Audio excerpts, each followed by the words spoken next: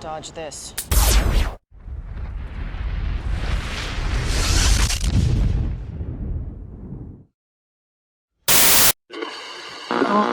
One world currency. The New World Order.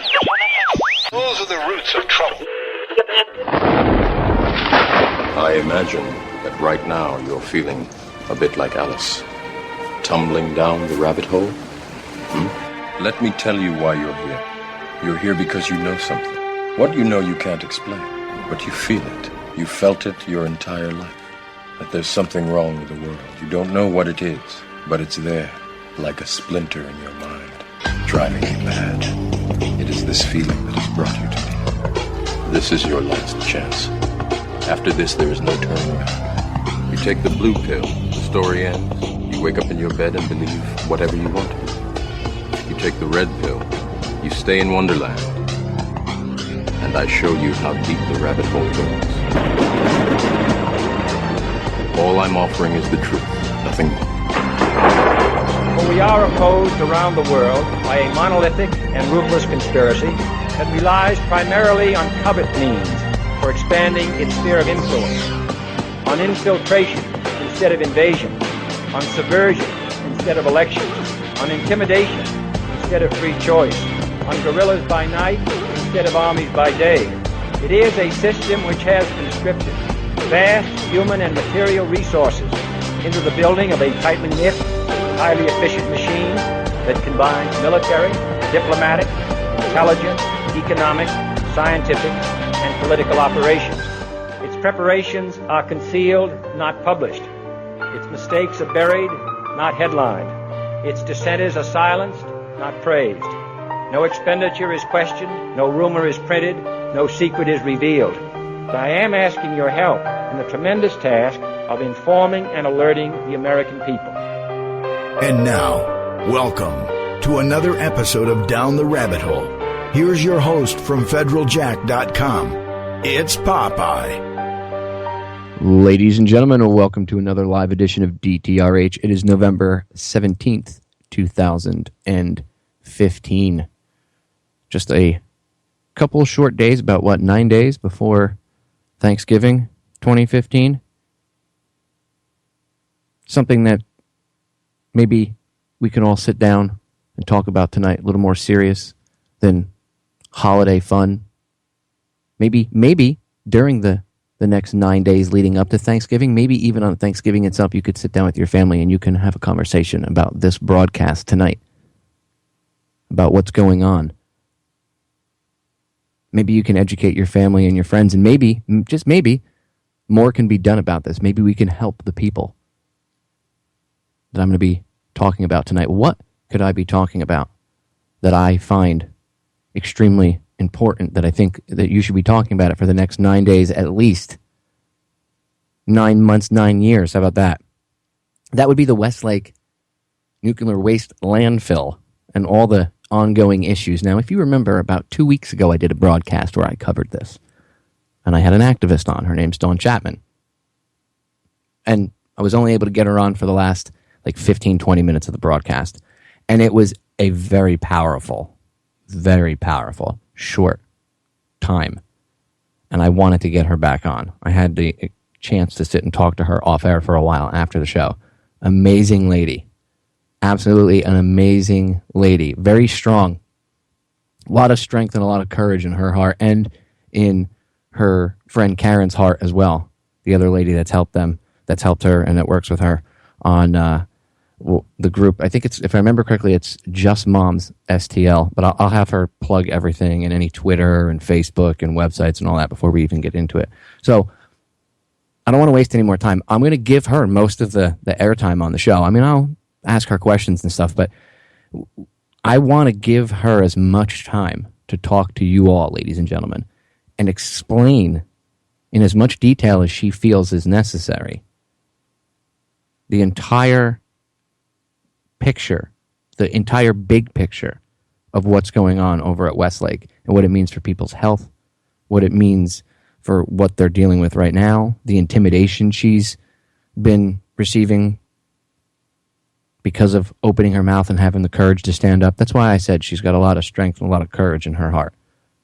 So let's welcome back to the broadcast for a full 2 hours tonight, ladies and gentlemen, Dawn Chapman. Dawn, welcome back. Thank you so much for having me again.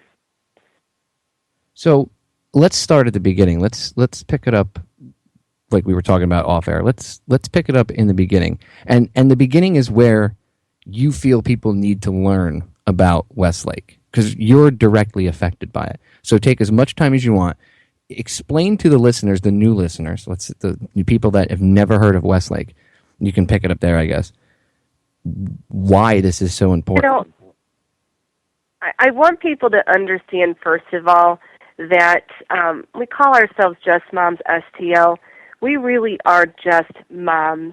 Karen and myself are two moms who we stay at home with our kids. We thought we had just the perfect life. We live in these tiny, tiny, itty-bitty little 3-bedroom, 1-bathroom house, these houses, and we really are very content. Our lives were changed almost overnight when we found out about, first of all, the role that our city, St. Louis, played in the Manhattan Project. We had no idea that when it comes to the Manhattan Project and the nuclear weapons, that St. Louis opened the first chapter, that we actually processed the very first uranium that went into the first self-sustaining nuclear fission reaction that occurred under the stadium in Chicago. And the reason that's important is because where we live, it's very much still one of the best kept secrets in St. Louis. And so two moms who live right around the corner from each other but absolutely didn't know each other before this situation, we met because we both found out that we lived next to a Superfund site, which is a landfill that was on fire. It has an underground smoldering landfill fire burning, been burning now for almost 6 years, and that across the landfill from it, completely connected but adjacent to it, sits the world's oldest nuclear weapons waste from the processing of uranium in St. Louis that was illegally dumped there, some 49,000 tons, about the weight of the Gateway Arch. And so for both of us, we had lived in this area for a very long time. We had chosen this area to raise our kids in. We liked the school district. This was not something that we knew about. So Karen found out before I did and created a Facebook page, Westlake Landfill. But her story goes even deeper. The role that St. Louis played in the Manhattan Project was top secret. It was classified. Even the workers, they weren't allowed to tell their families. Many of them didn't know that they were working on this secret project, and those that did weren't allowed to ever speak about it.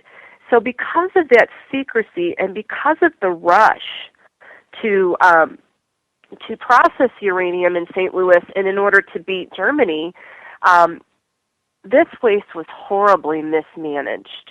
There were a lot of spills, and because, again, it was top secret, they didn't want to draw people's attention to these spills, so they just pretended like, some of these dump trucks were just carrying dirt, and they would spray it off the side of roads into ditches. And during the processing of this waste downtown in St. Louis, there was so much of this waste left over that they decided to go and store it out in the open next to a ball field at our airport site. And so this waste sat out in mountains, if you will, in 2-story piles. And it wasn't fenced in. It sat next to a creek, and every time it would rain or the wind would blow, it would leak into that creek. Karen lived and grew up right downwind of this. And the park that she played in as a child every day, they're now digging this radioactive waste out of it. And so Fast forward from all of that 3 years ago, Karen and I both found out that that nuclear weapons waste that sat out next to the airport, that spilled, that blew all over, that leaked into the creek, had been illegally dumped and had been sitting on the surface of a landfill in our neighborhood where we chose to raise our children, and it had been there for over 40 years. And nobody told us about this. We had no idea. So after we found out about it, you can imagine that we were very shocked. But also, as just being parents, just being moms, and knowing absolutely nothing about science of this material, I think in the back of everybody's mind, there was this feeling of, okay, this can't be good. This has to have a consequence. You cannot leave radioactive nuclear weapons waste from the Manhattan Project just sitting out in communities, not covered, on the surface for that long, and for it not to have blown in the wind. You know, we knew instantly that there was some sort of consequence to that. And, you know, with the fire burning and the fact that so few of our neighbors knew about this, we all would talk about this horrible smell.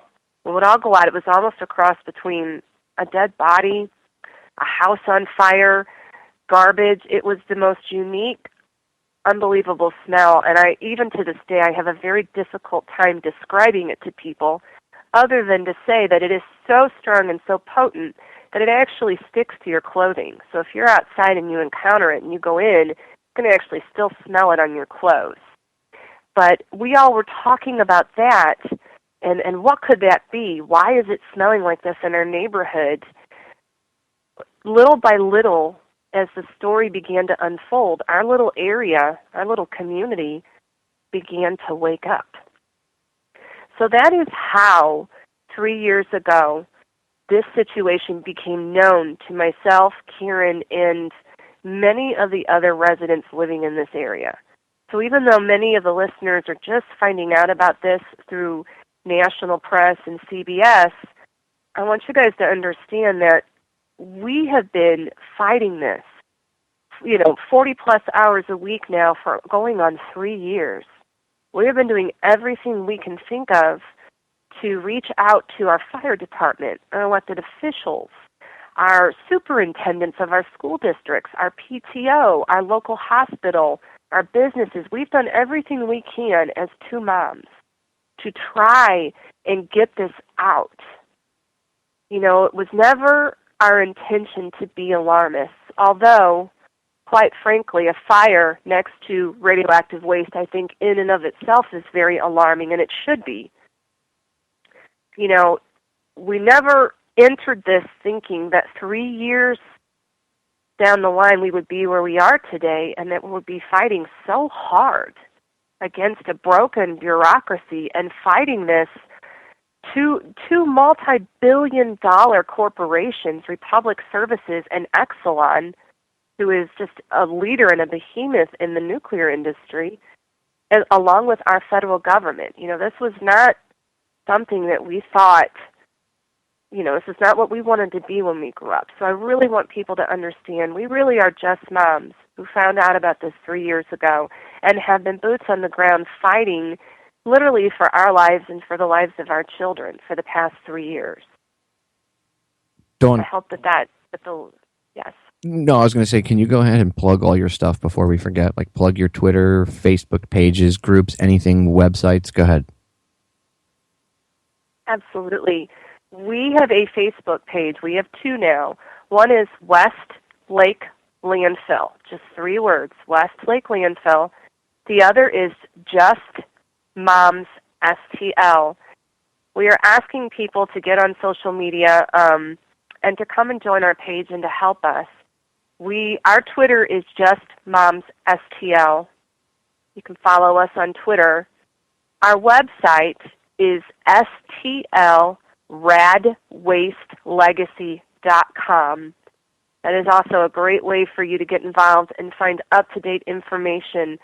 You know, that's one of the only ways we have right now, social media, to connect with not only our own community, but outside communities. Agreed. People should use social media to organize. And I might open up the phone lines later on. Anybody calling in right now, there's a toll-free number. I would like, if I open them up, I'm going to open them up to the residents of the Westlake area, because I would, perhaps like to get a few more of you on and let you speak your minds a little bit. But that's if time permits. I want to make sure I give Dawn enough time to speak, and I want to cover the issues in as much detail as we can, so people get a better understanding of why this is so important. But I just wanted to throw that out there, because I know when I had promoted it on Facebook earlier that I had thrown the 800 number, the call-in number, out there. So, and I know there's a couple people hanging on the call-in line number. So if you guys want to hang out, you can hang out and listen to the show that way. But right now, I'm going to leave the lines. Like, I'm not going to go to them and bring anybody up, because I want to give Dawn as much time. So anyway, Dawn, you've been doing this for 3 years now. First question I have is, why has it taken 3 years for you guys to get any sort of attention? And I mean, even like in the alternative media. Right. I honestly don't have an answer to that.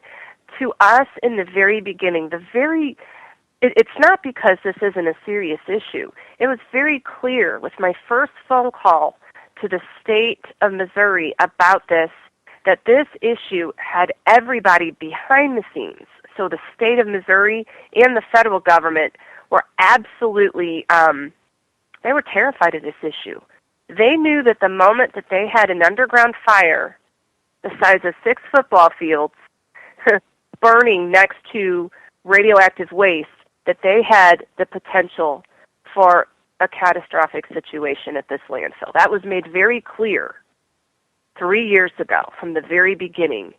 And what I couldn't understand then, and what I still don't understand now, is if the state and the federal government were that worried about it, why was it that 2 moms had to take it upon themselves to educate the elected officials in the state of Missouri, as well as the senators, on what was happening in the Manhattan Project?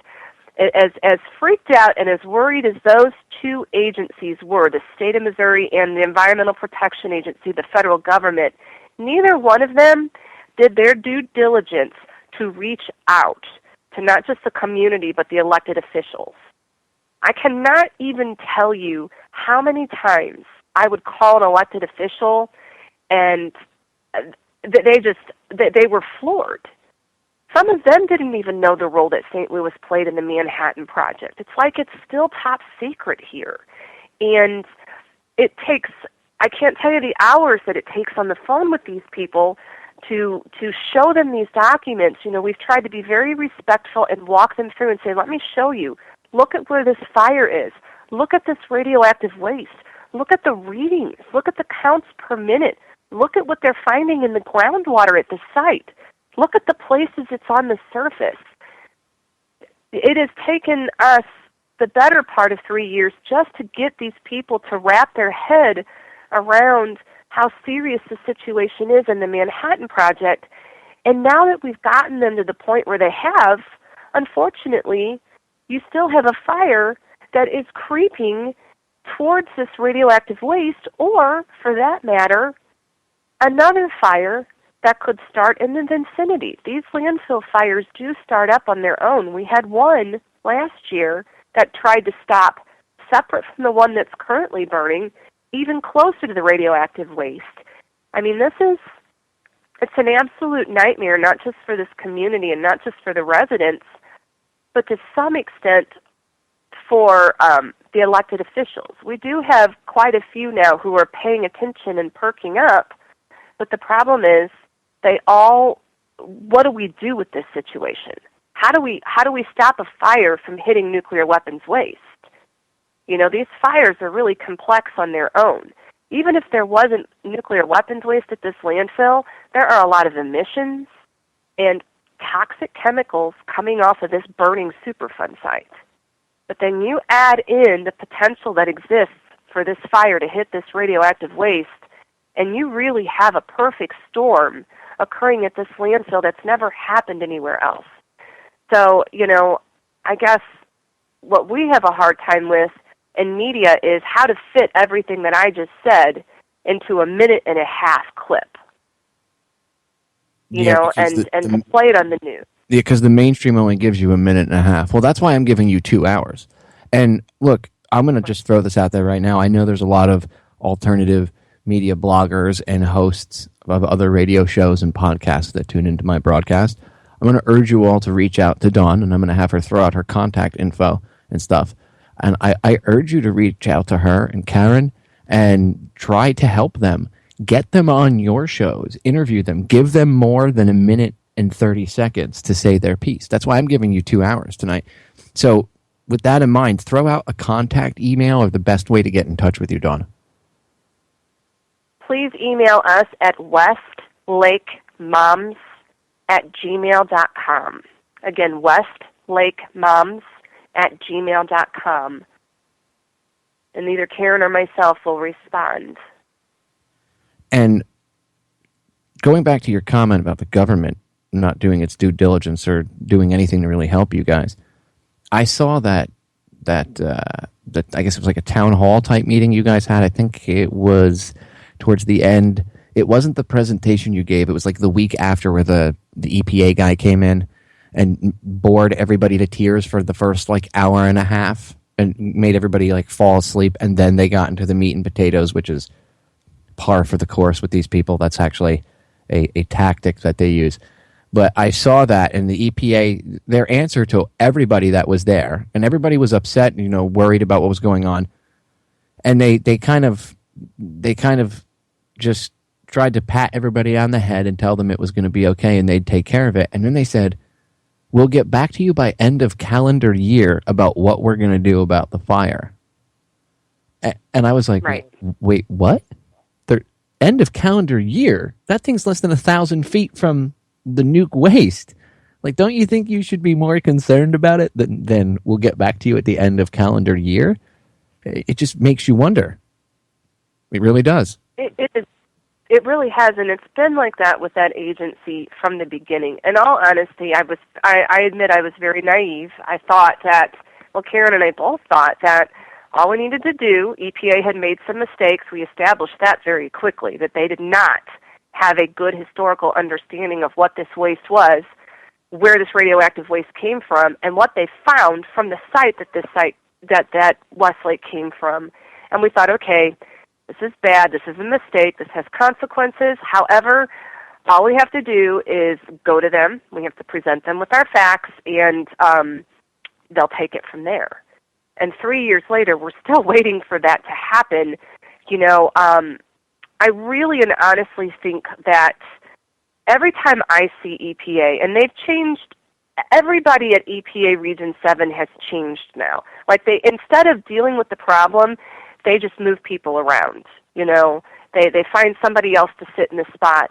And it's very heartbreaking, but it's very true that we can look at these people now when they're up there and speaking, and we can actually watch their facial features start to change. They go from, okay, this isn't a problem, no big deal, we'll get back to you. Some of the ones that have been there long enough, and when they really start looking at these documents we're giving them, you can actually watch them kind of go, oh no, oh no. And it's right at the point where they start to get concerned, and they start to speak up within the agency, that they mysteriously end up getting moved to other positions. And that's very frustrating because then somebody else takes their place and we have to start all over from scratch. And, I think that at the end of the day, this is such a complex situation that it's never happened before. But at the same time, EPA has had this site for almost 20 years, and this radioactive waste is still sitting on the surface. Everybody listening, just remember, we put a man on the moon in a shorter time. There's a lot of things that we can do within a 5-year span, and yet this radioactive waste has sat there for 20 years, and they're still trying to figure out where it is, how much of it they have, and what the particle size is. I mean, the investigation into what is Westlake Landfill, what is this radioactive waste, how much is it, how hot is it, what's the chemical signature, that's something that EPA admittedly is still trying to figure out. And I think if you watch that meeting, and if you can go to the website and watch it on YouTube, we videoed it, what you will notice is you see an agency telling you everything's okay in one breath, but then turning around in the other and saying, but we're investigating, we're further characterizing, and we're checking the groundwater, and we're trying to figure out why. And it doesn't take but a mom or a dad, an ordinary person, not a scientist, to stand up and say, excuse me. So if you're telling me you don't know what it is, where it is, how much you have, but yet in the next sentence you're telling me safe, isn't that, it's safe and no problem, isn't that a contradiction? And it just shut the entire meeting down. Yeah, because they can't answer that. That they can't answer it. They have no real answers. And that, I think, is the most frustrating thing for this community. The other thing I want people to understand, and I want to talk a little bit about Karen and myself, and this is where I apologize if I get a little emotional. Dawn, can I cut you off? Because just as you're getting to that, the break is going to sneak up, and I don't want you to get cut off in the middle of it. So I'm going to have you hold that thought for just 3 short minutes, and then I promise we'll pick it right up there. So stay right there. Ladies and gentlemen, don't go anywhere. I urge you to check out what's going on. Go to the Facebook pages, groups, support them, spread the word, help these ladies, and help the people near the Westlake landfill. That's what this is about. We'll be right back.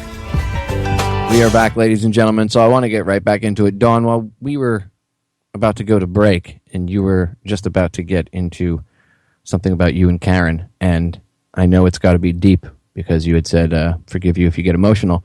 So, and by the way, I wholeheartedly believe that the listeners would totally understand any emotion that you share. So that's what's really cool about my listeners. They're awesome people, and they're down like that. So it's all good. Anyway, since the break interrupted us there, I want to go back to you and give you the floor, picking up right where you left off. You were talking about you and Karen. So what I want the listeners to understand, and this is kind of the emotional side of this story, I want you to know that, first of all, nobody wants this site to be not as bad as it is than Karen or myself. And I hope that makes sense. We live next to it. We're raising our families next to it. There is nothing more that we would like to hear than, guys, the site is safe, it's fine, go back to life as it was. So keep in mind that, when we're finding these things and these faults with EPA and some of the stuff that they're saying, we are not nitpicking. We are not looking for a reason for this site to be, to disagree with some of their findings about no immediate health risk and whatnot.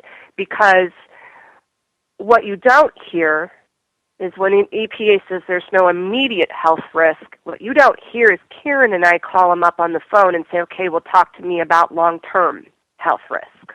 I'm not worried about what's going to happen when I wake up tomorrow and I take my kid and we wait out at the bus stop. I'm not worried about that. I'm worried about 10 years from now, what's going to happen to my little girl from breathing in these emissions and living next to this radioactive waste that's just been allowed to sit on the surface.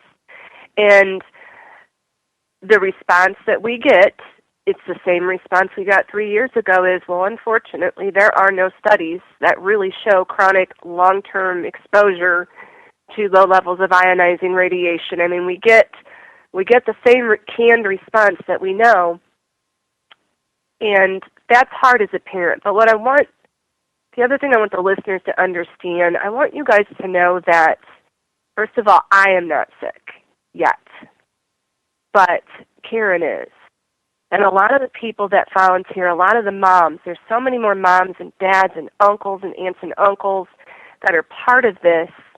And because of the history of the Manhattan Project in our city, because it was allowed to sit out and leak into our creeks and our playgrounds, and when we were out picking up Easter egg hunts at church picnics, we were right downwind of sites that had 2-story piles of this.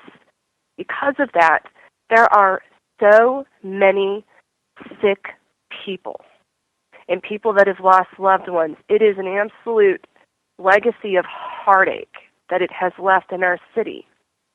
And I think the worst part is that so many people don't know about it. And through the outreach that Karen and I have had to do, and the other moms reaching out to neighbors and friends that we went to school with and relatives that lived in different areas,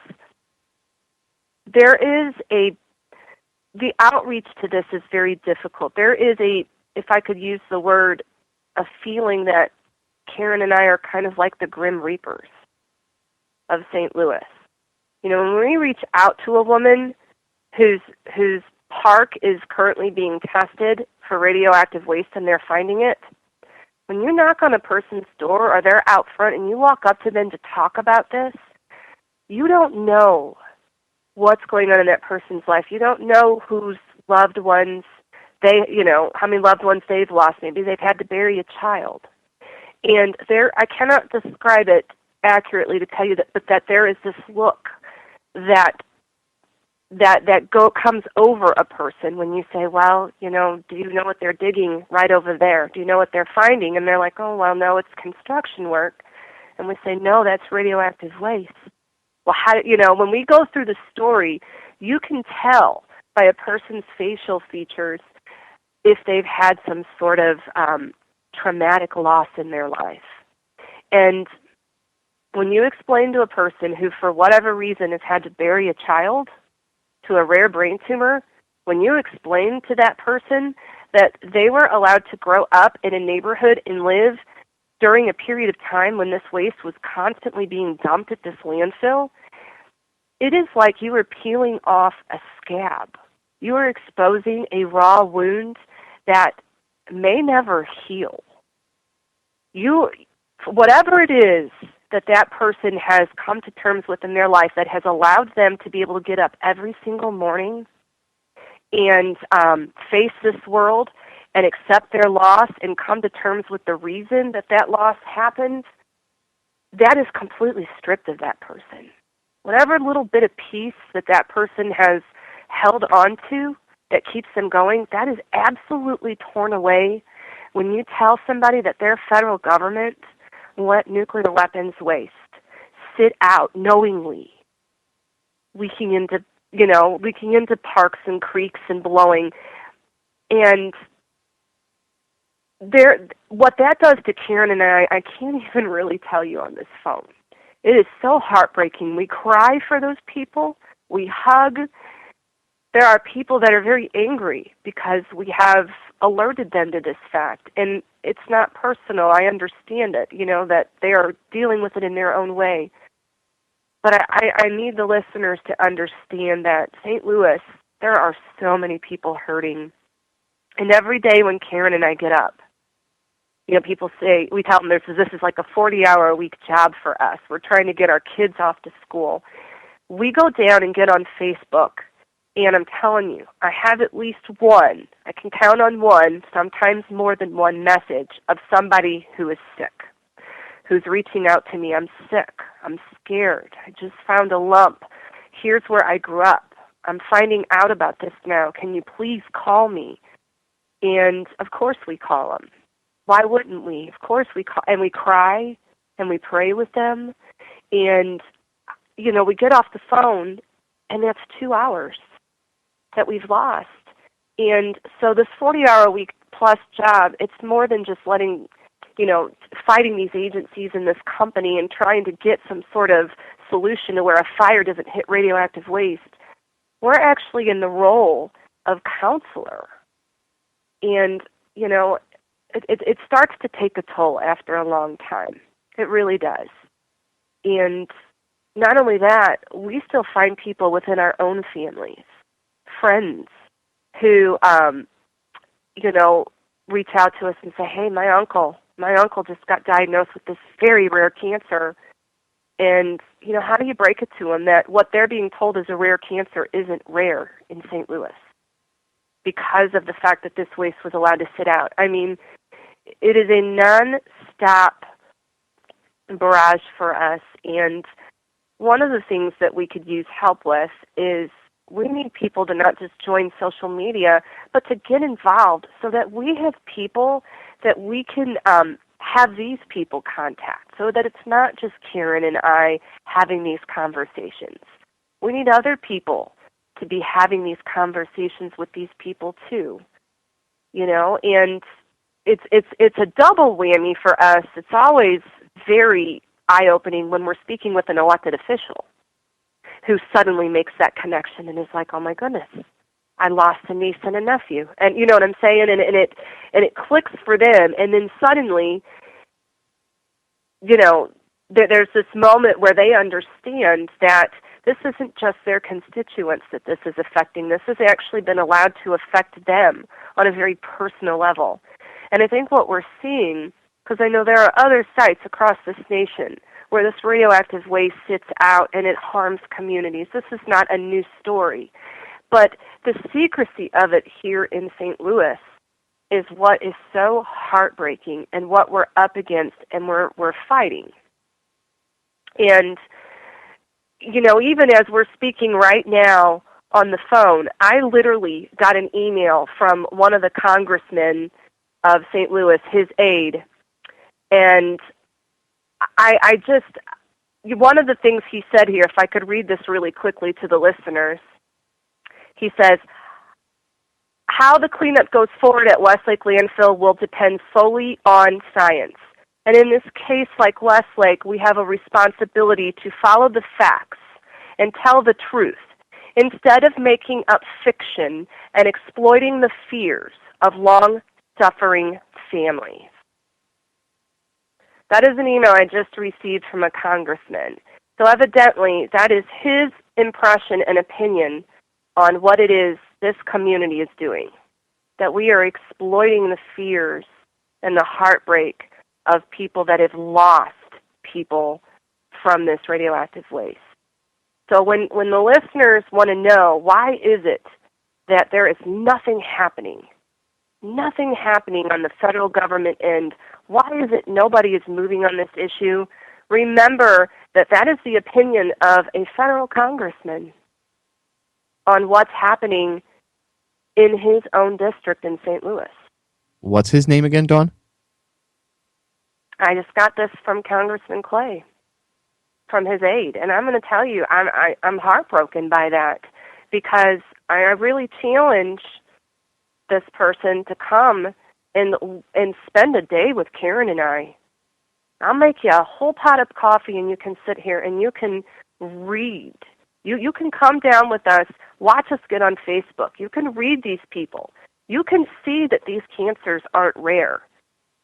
We can show you whole streets that are next to a contaminated creek where people in every single house have lost countless loved ones to rare what are rare cancers, but yet are an entire street, and the only thing they have in common is their kids were allowed to play in a creek that was contaminated with radioactive waste. Give his full name out really quick. Give his full name out. I just received an email from Congressman Lacey Clay's aide, and I got to tell you, that is a very unfair statement for anybody to make. Okay, so that is a very unfair thing for a congressman to say to two moms who have gone through our own losses, one of whom is sick because she played in a creek that was contaminated with this waste. And I think that's almost a bully statement, in my opinion. I'm very angry, and I apologize. I just read that, and I thought, you have got to be kidding me. You have got to be kidding me. His constituents are hurting. There are people right now, I could go up to people who have this creek in their backyard and know nothing about this. I could take you right now, Popeye. We could go this weekend if it's not raining. I could take you to that creek that they're still doing additional testing and that they're still testing in the floodplain and finding radioactive waste. I could take you to that creek and show you that there are no signs on it and that kids are still in there playing and hunting crawdads. There is something horribly wrong going on right now in St. Louis. And it is not just about a landfill. that has a fire with radioactive waste sitting on the surface next to it. It is so much bigger than that situation. That situation alone has the ability to endanger countless people in this area through what would happen if that fire would hit the radioactive waste. But I want the listeners to understand that there are places right now in my community where we know this waste is sitting out. And we know that kids are potentially exposed to it, and yet there are no signs. Nobody will talk about this.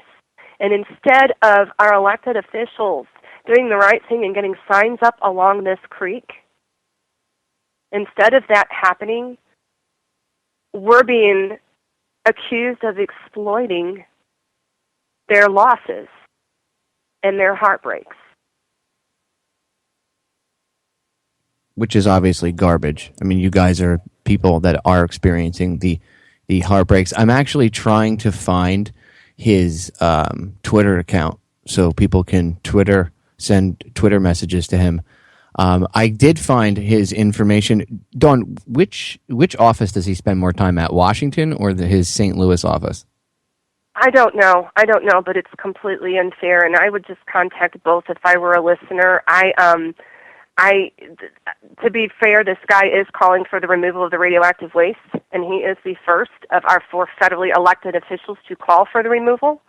But for him to say something like that, you can't in one breath say this waste has to go, and then say, well, but people are exploiting, and this is about science.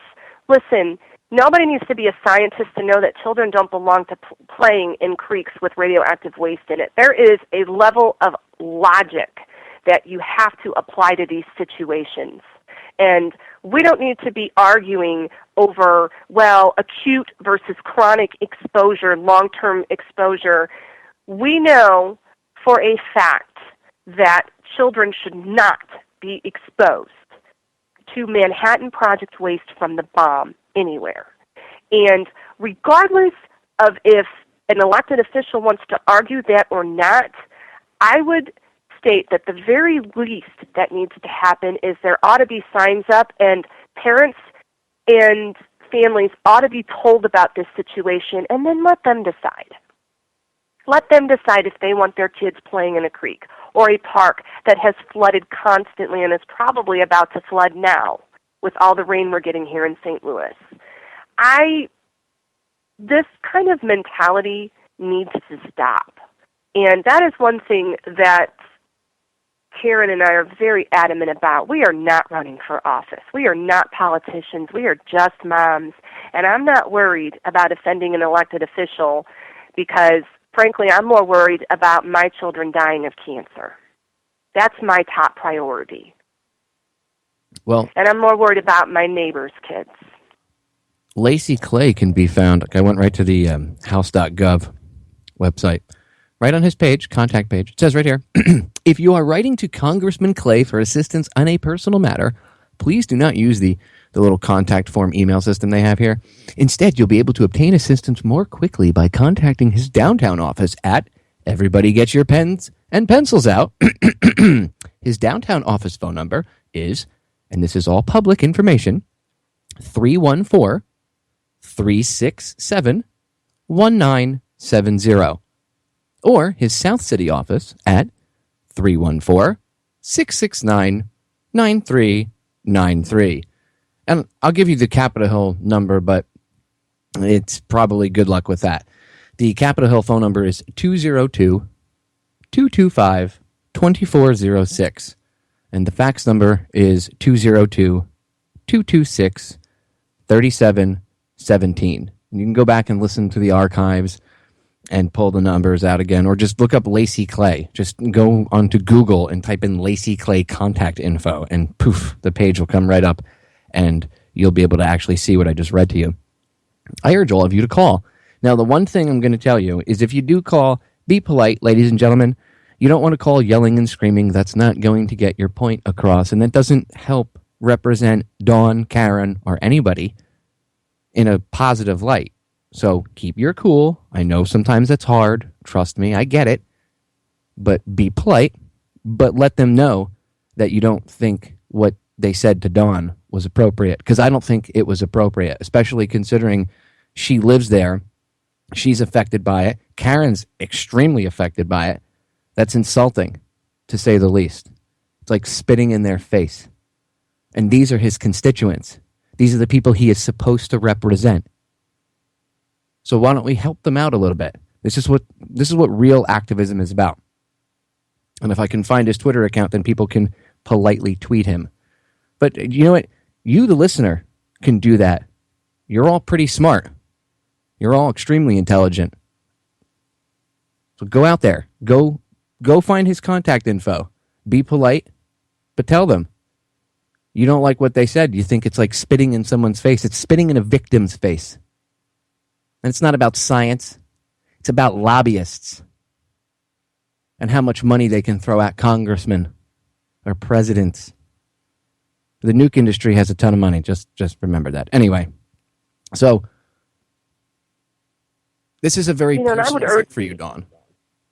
It's very personal, and I would urge the listeners to also call the other 4 federally elected officials, Senator Claire McCaskill, Senator Roy Blunt, and Congresswoman Ann Wagner, and make your voices heard. What I'd really like, and I want people to remember this, obviously these elected officials don't think that this is real and that you all have lost loved ones. And even those of you from a different state or who have lost loved ones to other environmental issues or issues of mismanagement by the federal government, feel free to call our elected officials up in the state of Missouri and let them know that that has happened to you. And for those listening in Missouri, tell them your personal stories. This is not about the science. Explain to them. If you were one of those kids that played in the creek, call them up and tell them so. They need to hear your personal stories, and they need to understand that the mismanagement of the Manhattan Project waste in St. Louis has left this legacy of heartbreak across this region, and that people are waking up to it, and that we're not going to stand for it anymore. That this is not something that should ever have been allowed to happen, but the fact that it's still sitting there and it's still being allowed to happen, we need to stand up and be the generation that puts this waste away and gets this cleaned up for good. I mean, this is just a horrendous situation that's happened. And what I want you guys to do, Dawn, you guys are on Twitter again, right? You guys have Twitter accounts? Yeah. Okay.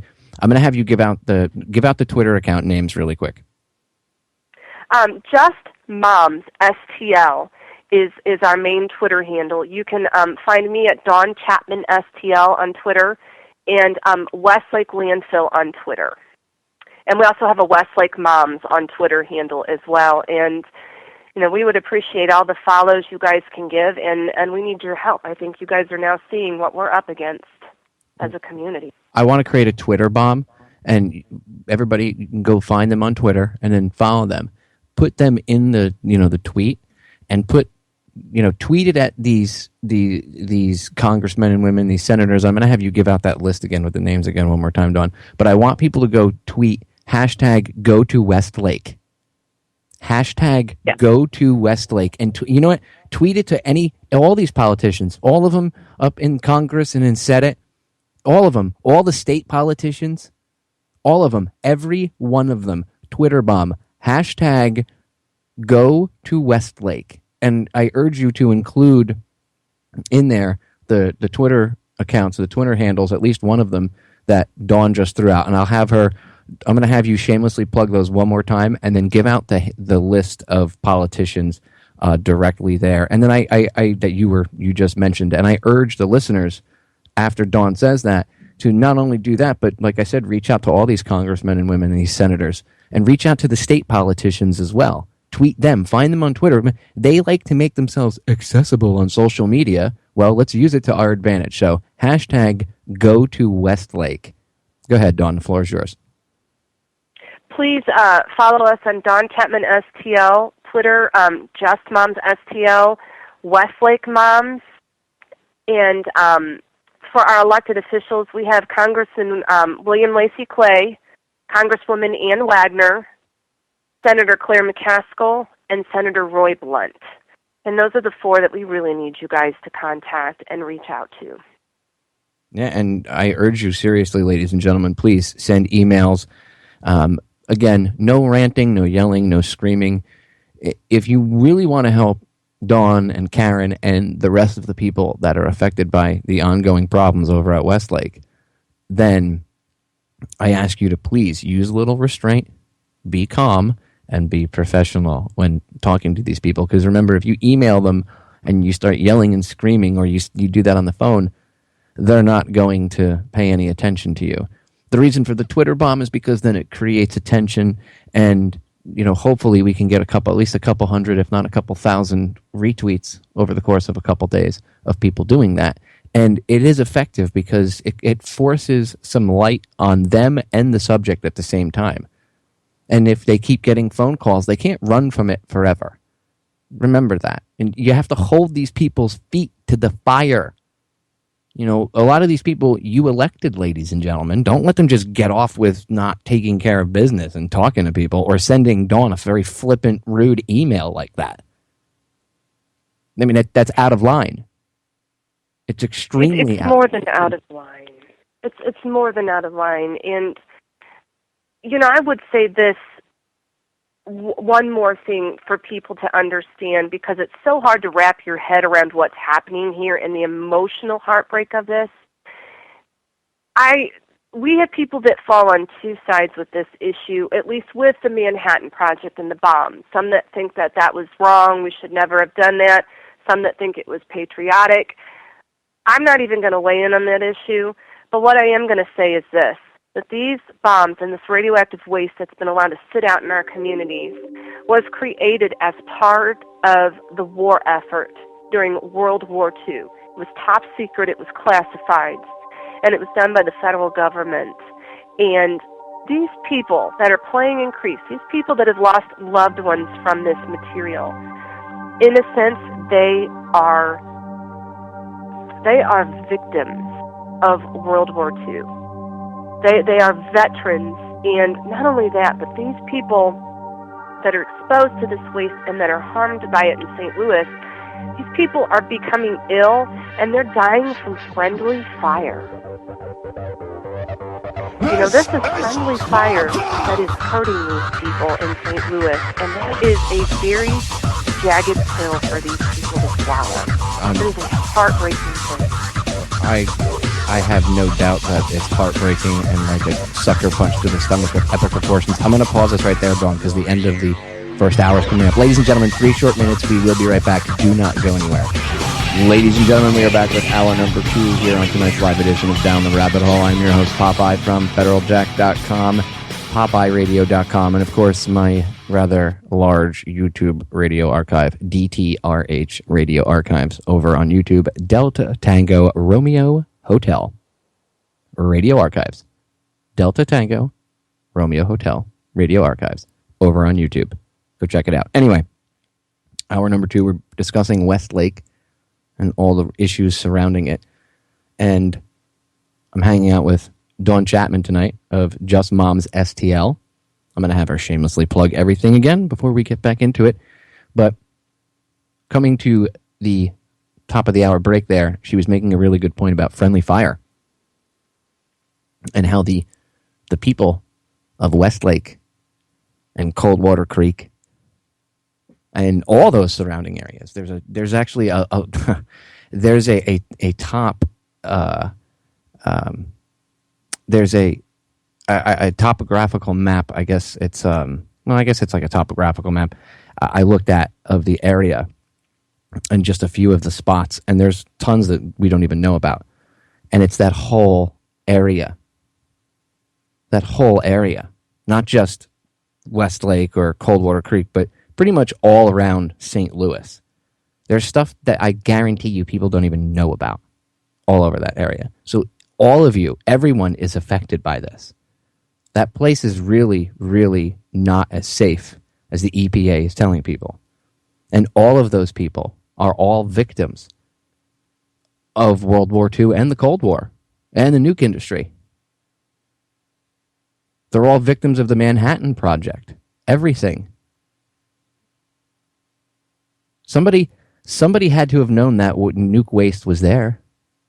And they just threw it into the dirt and didn't care. They just buried things like it didn't exist and didn't tell anybody. And that kind of stuff doesn't happen by accident. But I don't want to get too conspiratorial. Anyway, Dawn was making a really good point that the people that live there are victims of friendly fire. Although I would say it's the worst type of friendly fire you could possibly imagine. The nuke kind. The kind that you don't even see. You can't dodge that bullet. It's easy to dodge a tracer around. Well, okay, it's not so easy to dodge bullets, but you get my point. If you know you're being fired at, you know to duck. If you have incoming fire, you know to cover yourself.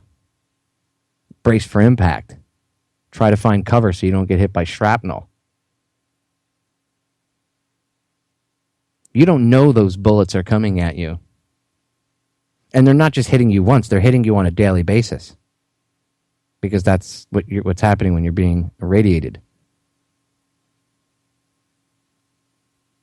That's not fiction. That's not people making things up. That's not conspiracy theory. That's not people trying to scare anybody. That's just fact. That's what's going on. And it's a really, really deep, poignant point that she makes about it. So I'm going to, even though I've pontificated on it a little bit, and I've blabbered a little bit because I wanted to say my 2 cents on it, I want to give the floor back to Dawn and let her bring that point up again. But before you do, Dawn, I want you to go ahead and shamelessly plug Twitter, Facebook, the website, and everything again, and including your contact email, so other hosts in the alternative media on radio and podcasts and bloggers and whoever can get in touch with you. Go ahead, the floor is yours. Please email us at westlakemoms@gmail.com. Our Twitter handles are Dawn Chapman STL, Just Moms STL, Westlake Moms STL. Our Facebook page is Westlake Landfill. 3 words, Westlake Landfill, and Just Moms STL. And we could really use your help. We could use you guys coming onto Facebook and liking us on Twitter and liking us on Facebook and suggesting your friends. And again, follow them, Twitter bomb, put their Twitter handles in there, hashtag go to Westlake. And don't just do it now. Continue to do this, ladies and gentlemen. And call these offices, call these congressmen and senators, email them, and tell them, look, you need to go down and you need to take this seriously. You're not taking this seriously. You know, they take less important, mundane garbage seriously. I'll bet you they would take a vote on their raise seriously, on their yearly pay raise. I'll bet you they take that pretty serious. This is a little bit more important, I would say. So hashtag on Twitter, hashtag go to Westlake. So Dawn, back to that point you were making. Go ahead and rewind and pick up wherever you want with that, because I thought it was very deep how you said that the people of Westlake and Coldwater Creek, and like I said, the entire St. Louis area, because there's a lot of other dirty spots around there that some we know, some we don't even know, right? At this point, you can't really take what they have to say to be truthful. You got to figure if there's sites that you know about and they haven't told you things about, there's probably 10 times the amount of things that we don't know hiding around there. So you made a really good point about how all of you, including you and Karen, everybody there that's affected by this, and everybody that, from, like I said, Coldwater Creek, everybody around there, you are all victims of not only the Manhattan Project, but you so eloquently put, friendly fire. So go ahead, the floor is yours. You know, this waste was created by our federal government in defense of this country, right or wrong, wherever the listener stands on that issue. The fact is that is why it was created. It was a war effort. Part of World War II, it was top secret. And so for it to sit out in communities, and it is still sitting out in communities here in St. Louis, sitting out in communities all over the nation, but here in St. Louis, because it was so top secret, it was spilled. We have documents that talk about spills where, because they didn't want to draw attention, they would just hose it off on the side of the street into a ditch. Guess what, guys? Every time it rains, that waste makes its way with the water into creeks, into people's backyards, into schools. This this situation, I want to talk a little bit about the activism side of this situation. It used to be, it's not so bad now, I have to be honest, but it used to be that people would call us activists, and for me that was like a smack in the face. It was like being called a derogatory name, because I never viewed myself as it, because I always thought, right or wrong in my head, that an activist found something they were passionate about and chose it. And for myself, and I know for Karen, and I know for the other moms and people involved in this, we didn't choose this. We woke up one day and found out that this was happening and had been allowed to happen in our area for some time. And now when I look back on it, it doesn't even bother me in the slightest. But this is a grassroots effort.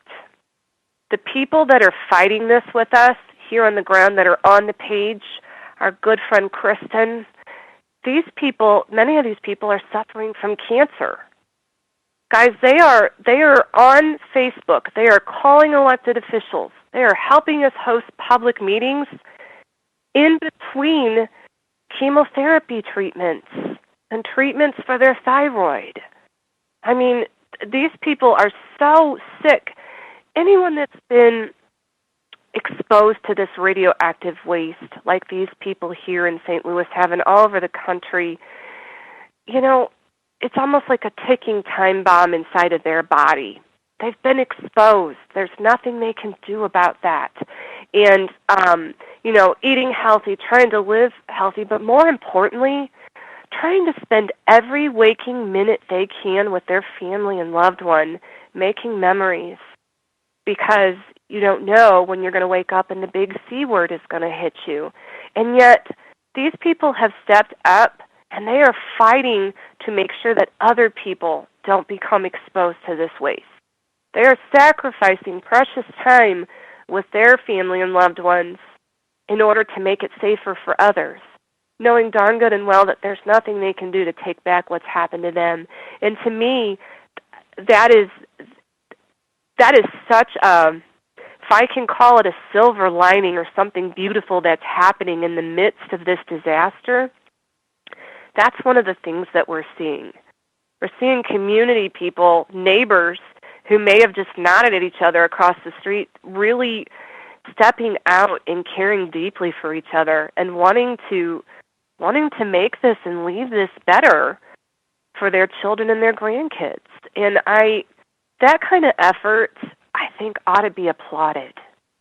And I don't think it ought to be, instead, we've got these huge corporations like Republic Services. We've got them, calling these people activists, calling these people troublemakers, saying they're stirring up the pot. They're hurting their city economically by shedding light and by talking to the press and by holding informational, protests. That is such a blame the victim mentality that's occurring, and that's a lot of the opposition that we're facing. It's a lot of the intimidation.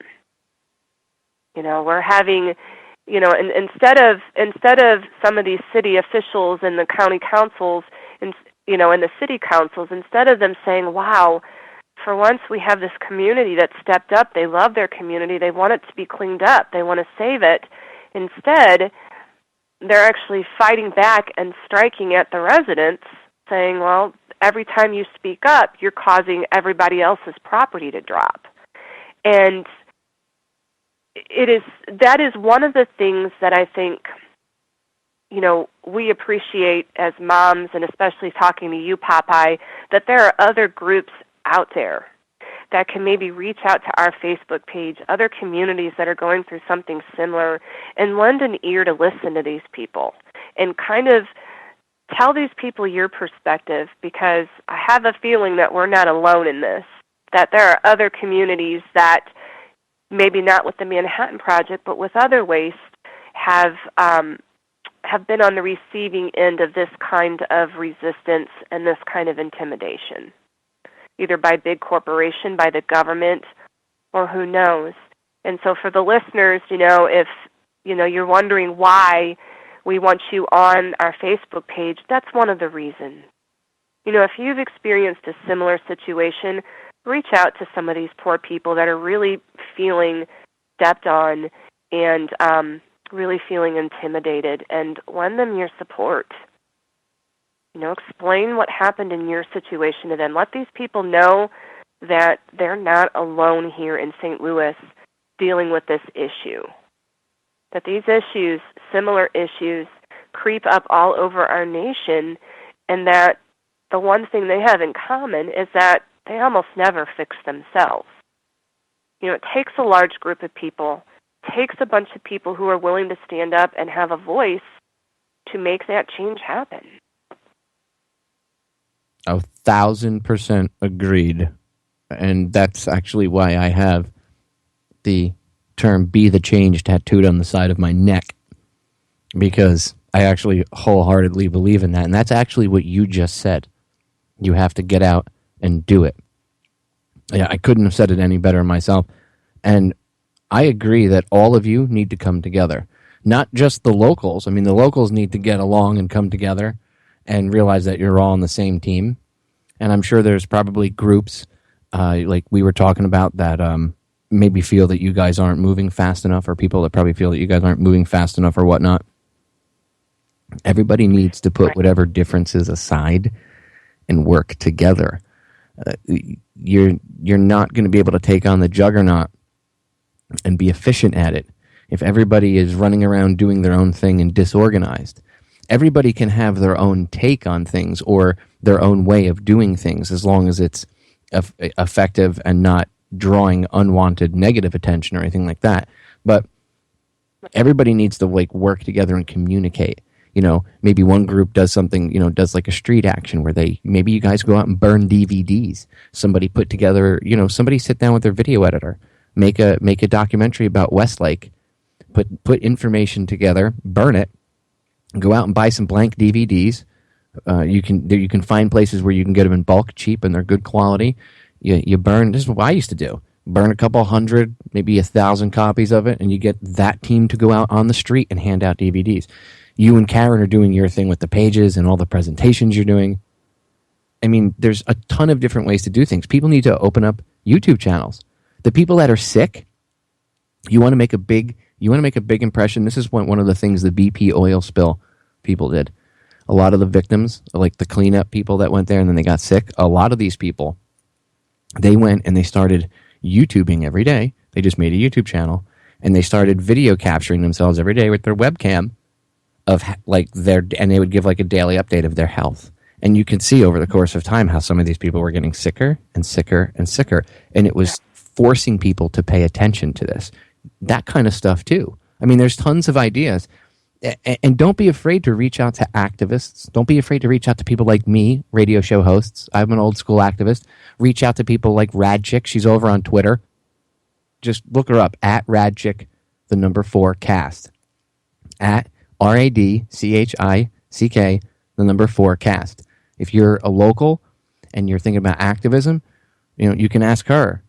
I want you people to reach out outside of your area of comfortability.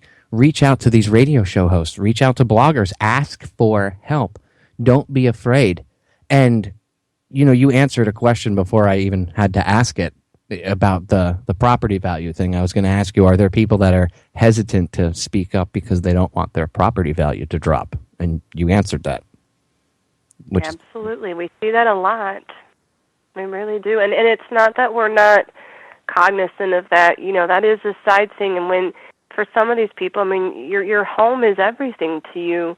And the thing is unfortunately, with the story of what we've seen, sometimes we don't always die in our homes. When we go to sell our homes, we need to make sure that we're selling property and homes that are safe for the next buyer.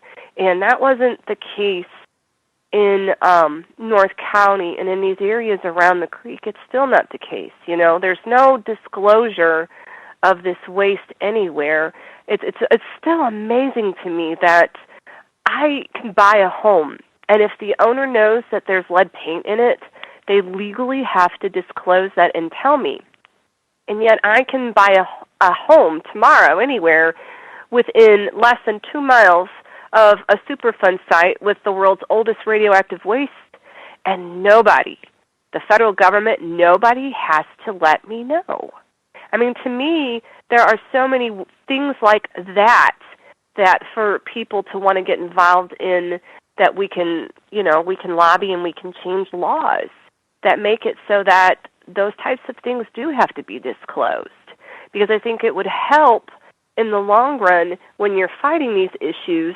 It would help with getting the word out about these issues and what's happening. And, we, because we're not, I guess we are accidental activists, I guess you could call us that, we are so open to people coming in with suggestions. There is, our worlds look so much different now, Karen and mine, than they did 2.5, 3 years ago.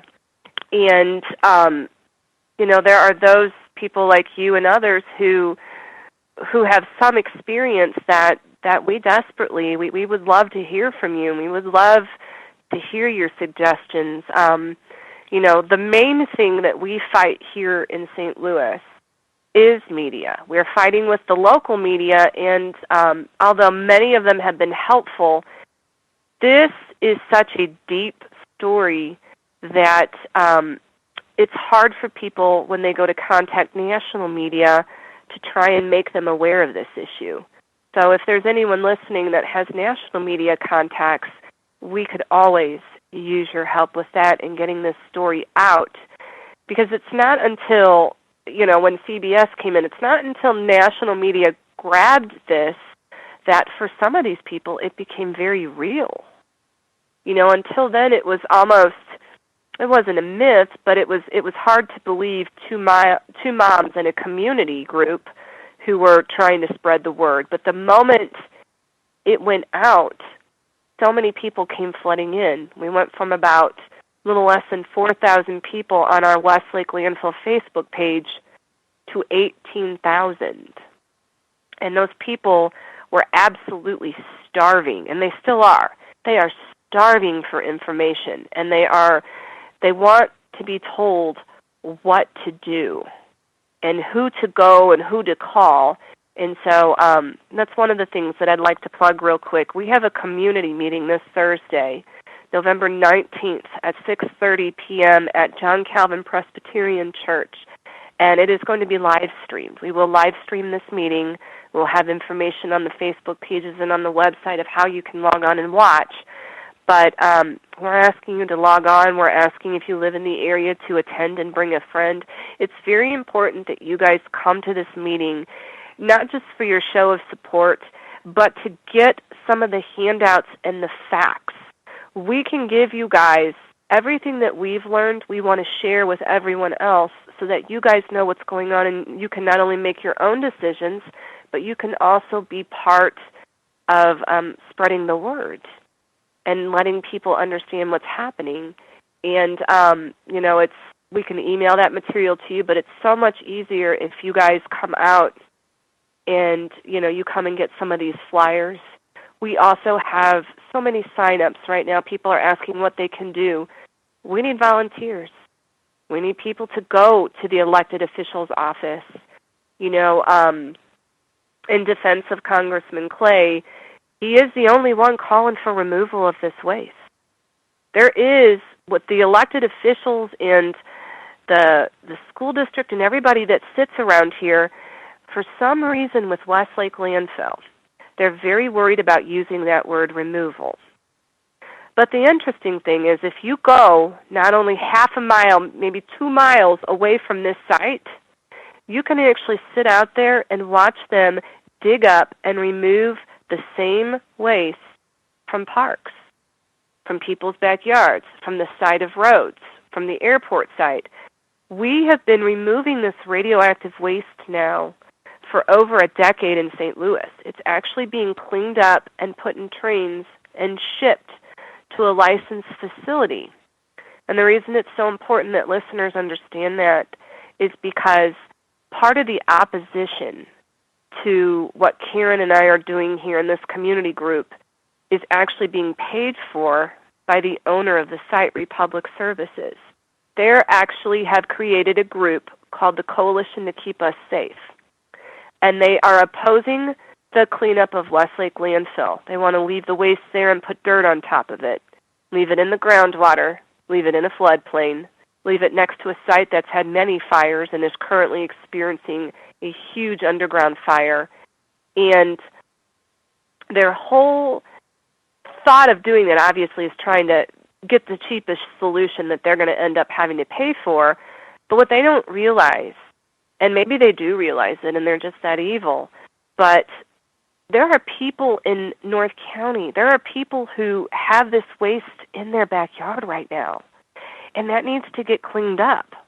And yet here's this huge corporation saying, no, wait, we don't want trucks, we don't want this being put on trains. But in doing that, they're actually putting people's lives at risk.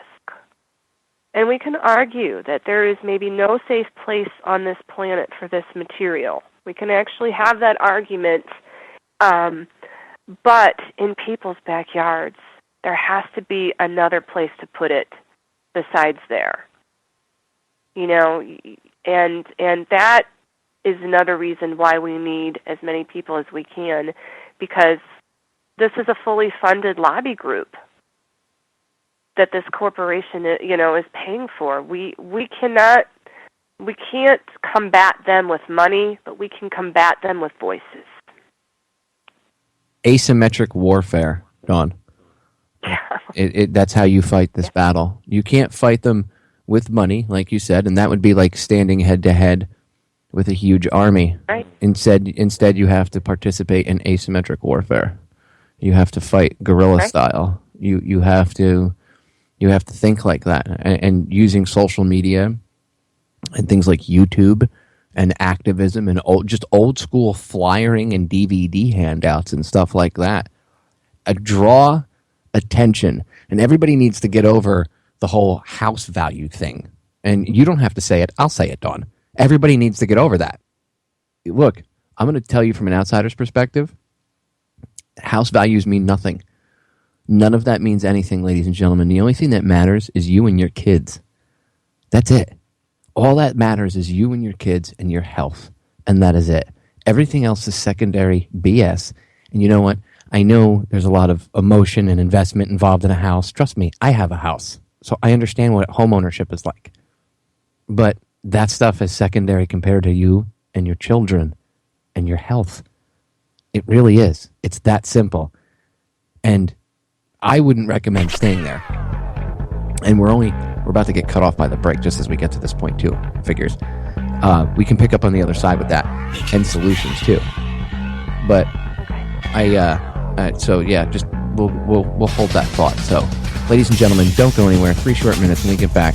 Dawn and I will pick up right there. We are back, ladies and gentlemen. Final segment. Dawn said something earlier, and I had made this comment to her during the top of the hour break there, between hour 1 and hour 2. We were chatting during the break, and I had said to her that her, Karen, and everyone else is not alone. And she mentioned that on air. She wants people to know that they're not alone and there's other activists out there. And I want to reiterate that point again, that you're not alone. You're not alone. You're not. None of you are alone. There's more people out there that are free-thinking, open-minded individuals that want to help you than you could possibly imagine. There's an entire alternative media, ladies and gentlemen, I bet you many of you don't even know exists. Allow this to be your doorway. If I may reference The Matrix for a moment, you should go watch the first Matrix movie. I've done a couple shows on it. It's an allegory much deeper than you could possibly imagine, but Morpheus says to Neo, I can only show you the door. You have to be the one to walk through it in order to see the truth, see what was really going on. That's what's happening here. This problem with Westlake and the radiation and the ensuing cancers and health problems years down the road, all of that is your doorway, ladies and gentlemen. Allow yourself to step through it and see the truth. And wherever that journey leads you, so be it. Don't allow past beliefs to block you from accepting new information. Make sure you have a filter. Understand you want to look for empirical evidence and things like that. But allow this to be your doorway.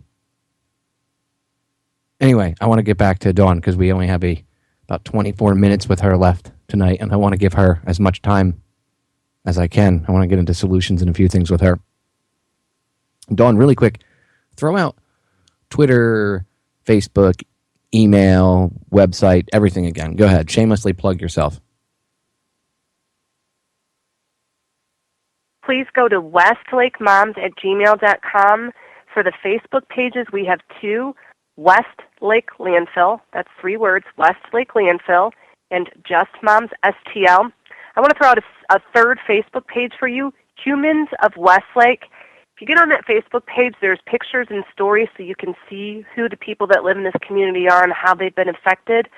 Twitter would be Westlake Moms, Twitter handle, Dawn Chapman STL, Just Moms STL.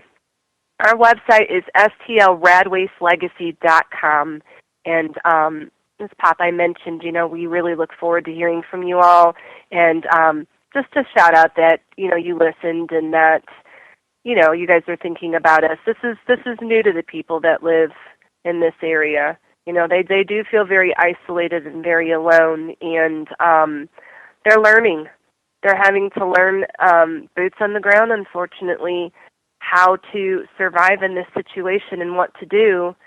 And, those who have been through it before, your stories are very important. We always joke here, the moms laugh and we say, boy, don't we wish there was a textbook we can just open up and flip to a chapter and say, what do you do when this happens? What do you do when this large corporation creates this lobby group and is throwing money at this opposition? And the answer is you guys. The listeners, there's probably many of you that have had that happen and can reach out and tell us your stories and what you guys did, what worked, what didn't work. I think that, again, for those of us that live here, when we say the moms because that's what we call ourselves, this situation is so incredibly surreal to us. And, we try not to take anything, the wrong way. We try any suggestion people give, we try and use it as best as we can. We've been very lucky. Lois Gibbs from Love Canal, the mother of Superfund, has reached out and has been an incredible resource to us. We've had a lot of other people from across the nation who have dealt with other radioactive waste type sites that have fought the government, that have reached out to us and have taught us a trick or two for Facebook or, frankly, how to tweet. It was really funny. Karen and I had no idea how to tweet before this. That was a learning experience all on its own. And, the one thing that I would like to say to those listening and those that have been involved in other causes, maybe not even just radiation related, I really just want to thank you for being involved in your causes, because I never understood.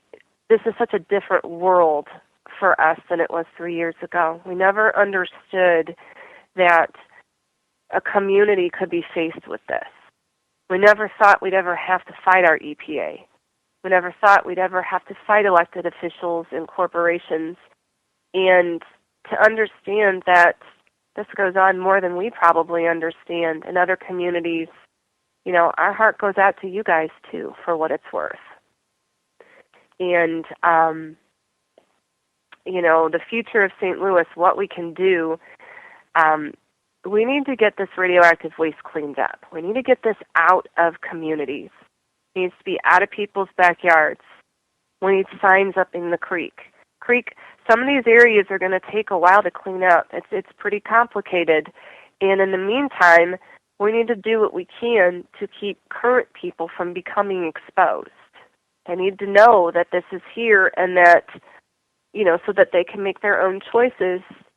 Like I said, it's supposed to be, I think it's supposed to be a beautiful weekend here, on a gorgeous weekend. You can come out and see kids playing in a contaminated creek with Manhattan waste. That still happens, and it's being allowed to happen. And we need to put a stop to that. We need to make sure that in the meantime, while it's taking some time to clean this up, we stop people from being exposed as best we can. Westlake Landfill is a mess. It is a hot mess, no pun intended. You have a fire approaching radioactive waste. There are so many different, the scientists behind the scenes are arguing over what happens when a fire hits radioactive waste. They are looking at what's occurring under the ground at this landfill with this fire and with the radioactive waste, and they are trying to predict exactly what will happen when the two meet or if they meet. There's arguing. The common sense people who are listening will tell you that it is never a good idea to let fire hit radioactive waste. That is just an asinine thing to ever let happen. And so we have to come up with some sort of permanent solution to stop that.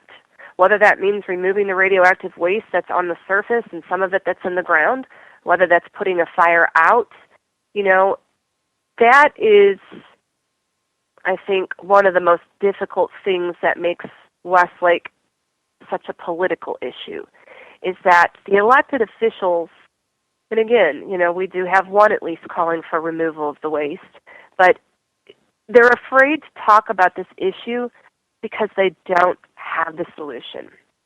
And we've actually heard them say this is a very tough issue for us to talk about because we can't flat out say what the solution should be.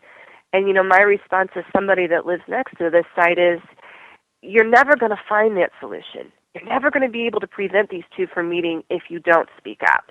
So it's a catch-22. Let's call this site what it is, which is an incredibly dangerous site that has the potential for something massive, a nuclear incident to happen. And it doesn't matter how small that potential is. The potential exists, and that's enough. And then we need to find a way to come together and keep it from happening. And for us, those you mentioned, people living in their homes, we're pushing as hard as we can for those living on top of this site, which is a little less than half a mile away, to be voluntarily bought out. Those people need to get out of there. This is not a site that anybody needs to be living next to. For people like Karen and myself that live a little bit further away, although obviously 1.5 to 2 miles isn't super far from this site by any means, we find ourselves daily trying to make the best decision we can for our family. And, I know last time I was on your show I talked a little bit about that, and you asked me, about, what was my personal decision? Was I going to leave and was I going to go? And, we are still having that conversation here. Because you're right, we are seeing that people that are exposed to this waste, they're not okay. I'm not finding anybody who played in the creek as a child and ended up not having a consequence in their family. Maybe not with them, but maybe with their own children, or maybe with their grandchildren, because this is multi-generational. The consequences to the exposure to this material are absolutely devastating. They really are. And there is just too much at risk there to leave it the way it is. One of the things that I would encourage people who are listening and people that are thinking about attending the meeting, that is one of the most heartbreaking things, is we do allow a question and answer and a comment period at the end of our meetings. And that is a lot of what you'll hear is people standing up going, what should we do? You know, this is, for people, their home is their American dream. It's where they choose to raise their family. You know, they're really having a hard time deciding, and that's unfortunately a very personal decision that these people have to make. It's not one that Karen or I or anybody can frankly make for them.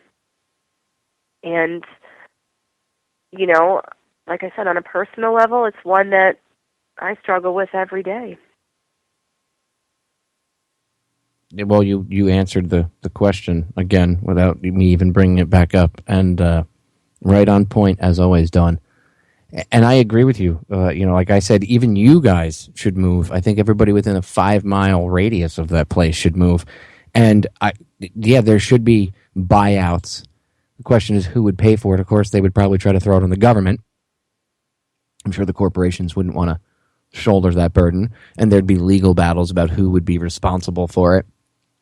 And that could go on for a while. What I would suggest is, again, if everybody came together and realized their true power as a community, if you all could come together, do the research, find an attorney, find a law group, whoever, that's willing to represent you, somebody that specializes in, I don't know, environmental. Maybe people should reach out to Erin Brockovich. I keep bringing her up. People should reach out to her. Doesn't she have her own law firm now? Doesn't she specialize in things like this? Reach out to Erin. Not just you guys.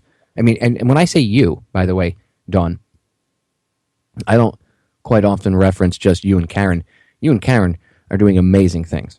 You two are amazing ladies, just so you know. I'm also speaking to the listeners because I want the listeners to understand that the government's not going to come save you. You're the solution to your problem. Look what the government's already done for you. Nothing. And they're lying to you. And they're blocking you. And they're dragging their feet. That's not typical government. That's them covering their butts. That's what they're doing, ladies and gentlemen. They don't care about you. So you have to be the solution to the problem. You all have to come together and work together as an effective, efficient team. If you need help, there's other old school activists you can reach out to all across the board. Many different things, whether they're anti-nuke, whether they're whatever. Doesn't matter. You can always reach out to people. Don't be afraid to talk to other people. And when I know it's, look, again, as a homeowner myself, I know it's very easy for me because I'm not there to say, well, you should just pack your crap and leave. I understand it's not easy. But to me, as from an outsider, I just want to stress the point again.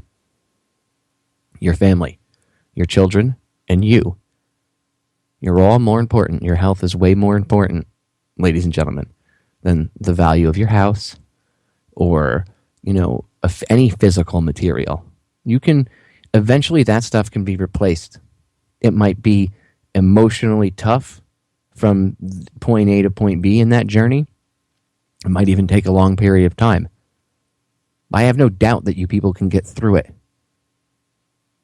And although it might seem tougher, it's way tougher to stay and be irradiated because you're just killing yourself and you're going to destroy your future and your children's future. Don't do that. I mean, from me to you people, please don't do that. You know what I mean? Like, I couldn't agree with you more, Dawn. And it's very personal. You're right. It's a very personal decision, and I don't want people to think that I say that to you very flippantly going, oh, you should just move. Because I wholeheartedly understand the predicament you're in. And I don't want you to think that when I say to you, you should leave, you know, I don't want to come across like I'm just, you know, well, it's easy for you to say. I wholeheartedly understand what you people are going through, but I'm concerned about your health and your safety and your children's health and safety at this point. Right. And, you know, and I know we don't take it that way. You know, we, you know, I think the last time I was on your show, you know, I ended it with a personal story and got a little emotional. And I'll just throw another personal story out. You know, yesterday we were in a meeting, and I mean we were in a meeting very late. We have meetings twice a month. We have these wonderful Franciscan sisters that let us use their boardroom and support us, and they are just phenomenal. They cook us dinner. They provide the one night of the week where I know that I don't have to cook. And that means a lot, you know, from one mom. But last night was my son's first volleyball game. He's 10 years old, and he's never joined any sports. This is the first time he just out of the blue, I want to do volleyball, and, so we were excited, and as a family, I had this meeting, so I'm like, well, I'll go to the volleyball game first. Please I'm going to stay for the whole thing. I might be a little late to the meeting. And as I'm sitting there on the bleachers, again, for the listeners that have been through something, please reach out to us. I can't explain to you guys how isolated this feels. I'm sitting on the bleachers with my family and my 2 little kids and my husband watching my son, and he is just as cute as he can be, trying to swing at this volleyball. And, I'm surrounded by these other parents, and, this is such a consuming issue that everywhere I go, I'm in a different school in their gymnasium, and I'm thinking, how far am I from nuclear weapons waste? Like, in my head, I'm calculating it. And so as I'm sitting there, I'm thinking to myself, gosh, there are all these parents that have no idea, and they are so happy and just, cheering on their kids. And in the back of my mind, this streak of jealousy hit. I am not jealous for much in this world, but the peace of mind that comes from knowing that your family's safe. There is a peace of mind that comes with that I feel like I've been robbed of. And it was very clear last night sitting there that my joy is somehow a little bit less than the other parents, because I know in the back of my mind that my children are at risk. And it was very cognizant. And so that is something that we deal with. That is something that I personally deal with, sitting there surrounded by people who have no idea. Kind of going back to the Matrix thing. Is ignorance bliss? Is it bliss? And the answer is it's not when your kids' lives are being put at risk. Just because you're ignorant of that fact doesn't mean that it's not happening to your kids and those kids. And I have to constantly remember that if I could go back 3 years ago, as much as this has changed my life, and as much as I have no idea what it's going to be tomorrow or a week or a month from now, I'm grateful for the opportunity to know what I live next to. I'm glad that I learned of this situation, because I have the right, I think we all have the right of citizens with knowing and understanding what it is we're living next to and what's really going on. Agreed. You have to know, you have to be aware of the problem in order, what's the first step in solving a problem is admitting that there is one and knowing that there is one. That's the official first step, right? Dawn, I want you to plug everything really quick because we only got about 5 minutes left. I want you to go ahead and I want you to plug everything again. I want you to plug because there was I know for a second we probably lost sound for about 2 or 3 seconds there. So before we run out of time here, I want you to plug email first and foremost that people can get in touch with you, and you can repeat it as many times as you need, and then Twitter, Facebook, and the website. Go ahead. Sure. Please contact us at westlakemoms@gmail.com. Again, westlakemoms@gmail.com. Our Twitter is justmomsstl, Westlake Moms. You can follow me on Twitter, Dawn Chapman, STL. Our Facebook pages are Westlake Landfill. That's 3 words, Westlake Landfill, Just Moms STL. Also, if you're new, get on Humans of Westlake. That is a great place for you to go and actually view some of our personal testimonies and our stories and get to know who we are. We just encourage you guys to reach out to us. These people, they need to hear your stories. They need to know that you support them and that they're not alone. Agreed. And you guys aren't alone. Just so everybody's clear on this. You guys are not alone. Ladies and gentlemen, you are not alone. I'll repeat that again. You are not alone. There's a lot of us. There is a lot of us out there that are thinking about you every day, that care about you. And I urge you all, again, in the alternative media, to reach out to Dawn, email her, Follow them on Twitter. Spread the word. Help. Offer some advice. Even if you don't do a radio show, maybe you're an old school activist, you can offer them some advice in an email. And because we didn't have time, like I said, I wanted to give Dawn as much time, 2 full hours, not even enough time. I could probably give her another hour. But I'm going to do another show on this.